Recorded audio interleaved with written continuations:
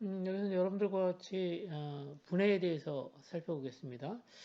오늘 쪼갠다라고 하는 건데요. 영어로는 decomposition입니다. 사전적으로 보면 앞에 그 접두사 D가 붙었으니까 뭔가를 나눈다라고 하는 의미겠죠. 그래서 우리가 그 문제가 클 경우에는 여러분들이 그 문제를 해결하기 위해서 좀 작은 단위의 문제로 쪼개서 해결하는 방법들을 많이 취합니다.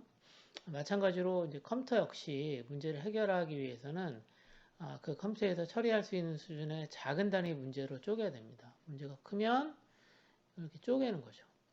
쪼개서 각각 수행하도록 하는 겁니다. 그래서 그게 중요한 그 컴퓨팅 사고의 중요한 개념 중에 하나입니다. 이제 네 가지 분해, 추상화, 패턴 인식, 알고리즘 네 개인데 그 중에서 첫 번째 부분이 되겠습니다. 자, 여기서는 컴퓨팅 사고의 개념 중에서 맨 첫 번째 개념인 분해에 대해서 살펴볼 예정이고요. 그 다음에 분해를 할 때 어떤 방법을 사용할 수 있냐면 여기 있는 것처럼 분할 정복이라는 방법을 씁니다. divide, 나눈다는 거고요. 그 다음에 해결한다 라고 하는 의미에서 conquer라고 하는 것을 사용합니다. divide and conquer 사용합니다. divide and conquer. 이게 이제 간단히 얘기하면 어떤 그 전략적인 방법이죠. 문제를 해결하는 이제 전략적인 방법이 되겠는데요. 이 두 가지에 대해서 살펴보겠습니다. 이게 특히나 디바이드 앤 컨커 같은 경우에는 그 우리가 문제를 해결할 때 특히 자주 사용되는 방법이거든요. 이게 전략에 대한 방법이고 실제 요 디바이드 앤 컨커는 나폴레옹이 이제 실제적으로 그 러시아하고 프러시아하고 독일하고 오스트리아죠. 독일하고 오스트리아 연합군과 전쟁을 했을 때, 전투를 했을 때 사용했던 기법이라고 합니다. 이 두 가지에서 같이 한번 살펴보겠습니다. 자, 분해에 대해서 살펴볼게요. 우리가 이제 컴퓨팅 사고, 계산 사고라고도 하고 컴퓨팅 사고라고도 하는데 이게 이제 전체적으로 보면 7단계로 되어 있습니다. 그런데 실제적으로 우리가 컴퓨팅 사고라고 하는 부분들은 여기 네 가지 단계를 컴퓨팅 사고라고 하고 자 그러면 그 앞에 있는 건 뭐겠어요? 컴퓨팅 사고 전 단계라고 합니다. 그래서 컴퓨팅 사고 전 단계에서는 문제를 분석하고 문제를 실질적으로 컴퓨터에서 처리할 수 있는 형태로 우리가 표현을 합니다. 그리고 그 자료를 수집하는 작업들이 필요하죠. 그래서 전 단계에서는 이제 전체적으로 보면 문제를 인식하는 과정이다.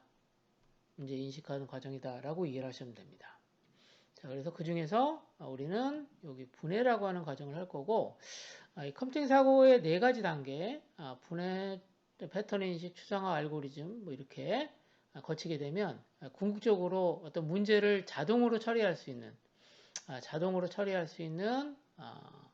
프로그램을 개발할 수가 있게 됩니다. 즉 다시 말해서 이 코딩을 하기 위한 과정이 그 이후에 나오게 되는데 여기 보면 평가라고 하는 게 있죠. 그래서 최종적으로 보면 그 해결 방안으로 나온 게 알고리즘인데 알고리즘이 실제적으로 효과적인가라고 하는 부분들을 여기서 평가한다라고 하는 거죠. 여러분들 잘 아시겠지만 어, 라면을 라면 요리를 여러분들 하는 방법이 어때요? 하나만 있을까요? 여러 가지 방법이 있겠죠. 방법 1, 방법 2 있어요. 방법 1은 뭐 제가 보니까 한 4분 정도 걸려요. 방법 2는 한 30분 정도 걸려. 근데 이제 방법 2 같은 경우에는 맛은 있거든요. 방법 1보다 조금 더. 자, 그렇다면 여러분들이 방법 2를 택할 건가 방법 2를 택할 것인가를 평가하는 거죠. 만약 내가 그 나만의 요리를 만들어 가지고 먹고 싶다 그러면 30분을 소요하더라도 30분을 소비하더라도 여기는 방법 2로 하는 거고 내가 만약에 그 라면을 위한 비즈니스를 시작한다 그러면 라면 한 그릇 30분 만에 만든다라고 하면 비즈니스 하기가 좀 어렵겠죠. 그럴 경우에는 뭐 방법 2를 택한다든가 이런 것처럼 같은 결과를 만들더라도 방법은 여러 가지가 있을 수 있다는 거고요.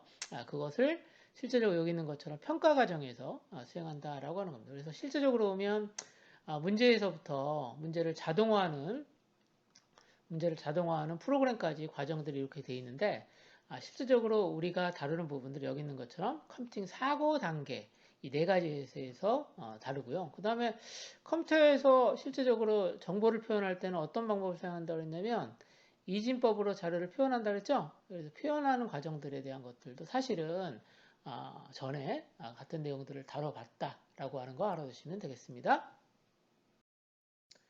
자, 이제 여러분들이 앞서 말씀드렸던 것처럼 이제 그 컴퓨팅 사고의 단계를 보면 여기 있는 것처럼 보시는 것처럼 문제 분석 단계도 있잖아요. 그래서 문제 분석 단계라고 하는 것은 실제적으로 그 계산 사고를 하기 전에 이 계산 사고 전에 수행되어지는 작업들인데 어떤 작업들이죠? 일단 내가 해결해야 될 문제가 어떤 건지 점검하는 게 있고요. 그 다음에 내가 해결해야 될 문제 밖에 있는 것들은 어떻게 해야 되겠어요? 불필요한 것들은 제거를 하고 핵심이 무엇인가를 찾아보는 거고요. 그 다음에 이걸 기반으로 해서 어떻게 하면 문제를 해결할 수 있는가에 대한 기본이 될 수 있는 것들을 준비하는 과정이 필요합니다. 뭐 그 과정에서는 여기 있는 것처럼 뭐 열린 사고라든가 이게 진짜 문제인가에 대한 판단을 한다든가 그리고 모순이 없는 문제인가도 우리가 판단해 보는 작업들을 하는데 이게 사실은 이제 컴퓨팅 사고 전 단계에서 이루어지는 겁니다. 자, 그럼 실제 우리가 다뤄지는 문제들은 다 어떤 거죠? 여기는 모순이 없고 진짜 문제이고 실제 열려진 사고 문제인 경우 그러니까 실제적으로 우리가 해결을 필요로 하는 문제라고 하는 것이 가정라고 하는 것을 가정하고 이제부터 문제 해결을 하게 된다라고 하는 겁니다. 자, 우리가 이제 분해라고 하는 것을 이제 할 건데요. 이제 우리가 그 계산 사고의 첫 번째 단계, 이제 소프트웨어 사고 기법, 자, 1단계입니다. 첫 번째, 뭘 해야 되죠? 문제가 너무 크면 우리가 해결할 수 있는 문제로 쪼개자라고 하는 겁니다. 자, 여기 있는 것처럼 디컴포짓합니다. 여러분 컴포짓한다라고 하는 것은 이게 잡고 간다라고 하는 말이거든요. 컴포짓한다는 것은 그래서 이것을 디컴포짓해서 앞에 접두사가 붙으면 쪼갠다라고 하는 의미입니다. 만들어진 것을 어떤 그 해결해야 될 것들을 나눈다라고 하는 의미가 될 것 같고요. 자, 여기 보시면 문제를 왜 쪼개죠? 일단 문제가 너무 복잡하면 이 문제를 해결할 수 있는 수준의 것들로 작은 문제들로 나누는 게 여기 있는 것처럼 디컴포지예요. 자, 그러면 아까 얘기했던 것처럼 문제가 너무 크면 해결해야 될 것들을 그 전체에 대한 것에 대한 전체가 너무 크면 여기서 해결책을 찾기는 어렵다는 거예요. 자, 그런데 여기 있는 그 문제들을 조금 작은 문제, 작은 두 개의 문제로 쪼개면 원래 가지고 있었던 큰 문제를 푸는 것보다는 훨씬 더 쉽다라고 하는 게 여기 있는 것처럼 분해를 우리가 사용하는 가장 중요한 이유입니다. 즉 다시 말해서 큰 문제를 가지고 문제를 해결하려고 하는 접근보다는 각각 나누어진 각 부분을 검토해서 해결하는 것이 효과적이다라고 하는 겁니다. 즉 다시 말해서 우리가 문제를 풀 때 있어서 문제를 다루기에 용이한 수준. 자, 무슨 얘기냐면 자, 문제를 다루기에 적합한 수준으로 쪼갠다라고 하면 자, 문제 해결이 훨씬 더 쉬워지고 명확해진다는 거죠. 자, 그래서 문제를 작은 수준으로 쪼개자라고 하는 게 실제 분해의 가장 중요한 접근 방법입니다. 뭐 여러분도 잘 아시겠지만 우리가 어떤 시스템을 하나 만든다고 생각해 봐요. 자, 자동차를 만든다 그러면 여기 있는 것처럼 자, 타이어도 있고 그렇죠? 그 다음에 여기 안에 보면 엔진도 있고 그 다음에 브레이크도 있고 제동장치입니다. 제동장치도 있는데 자, 이걸 한꺼번에 다 해결해서 뭔가 자동차를 만드는 것 혼자 해결하는 건 어떠겠어요? 내가 모든 분야의 전문가가 아닌 이상 이것을 자동차를 만들기 어렵겠죠. 그런데 이것을 쪼개서 엔진 부분, 그 다음에 제동 부분, 뭐 타이어 부분, 뭐 기타 등등 몇 개로만 쪼갠다고 해도 실제적으로 요거에 해당되는 전문가들을 찾아서 일을 맡긴다라고 하면 훨씬 더 올바르고 그 다음에 빠르게 답을 얻을 수 있다라고 하는 겁니다. 뭐 여기 나와 있는 것처럼 뭐 자전거의 작동의 원리를 이해하기 위해서는 이걸 한꺼번에 보는 것보다는 여기 있는 것처럼 여러 가지 측면에서 살펴볼 필요가 있다는 거죠. 어떻게? 뭐 외관을 가지고 살펴보는 수도 있고요. 또 하나는 어떻게 해요? 어떻게 동작되는가에 대한 소위 얘기하는 것처럼 동력 계통으로 풀 수도 있어요. 그래서 우리가 집을 지을 때 어떻게 하죠? 설계도 만들죠? 설계도가 한 장이 아니라 설계도가 여러 장입니다. 여기 있는 것처럼 옆에서 보는 측면도도 있고요. 위에서 보는 평면도도 있고 다양하게 있다는 거죠. 그리고 집을 지을 때 보면 전기 배선에 대한 부분들을 따로 설계해가지고 구성하고요. 자, 그리고 뭐 여러분들 알겠지만 배수 관련된 부분도 별도로 만듭니다. 자, 그렇게 되면 우리가 해결할 때는 한꺼번에 집을 짓기 위한 문제를 다루는 게 아니라 전기 관련된 부분들은 전기 관련된 부분을 한정해서 문제를 해결하고, 자, 뭐 배수라든가 뭔가 하수라든가 또는 상수 이런 부분들을 각각 나눠서 어떻게 좋은 솔루션들 같은 걸 찾아보자라고 하는 겁니다.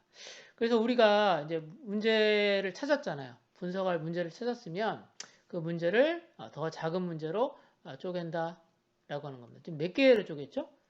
3개로 쪼갰는데 3개로만 쪼개면 돼요. 사실은 더 작은 문제로 쪼갤 수 있으면 더 작은 문제로 쪼개는 게 좋습니다. 그럼 언제까지 쪼개요? 언제까지 쪼개지? 언제까지? 자, 우리가 해결해야 될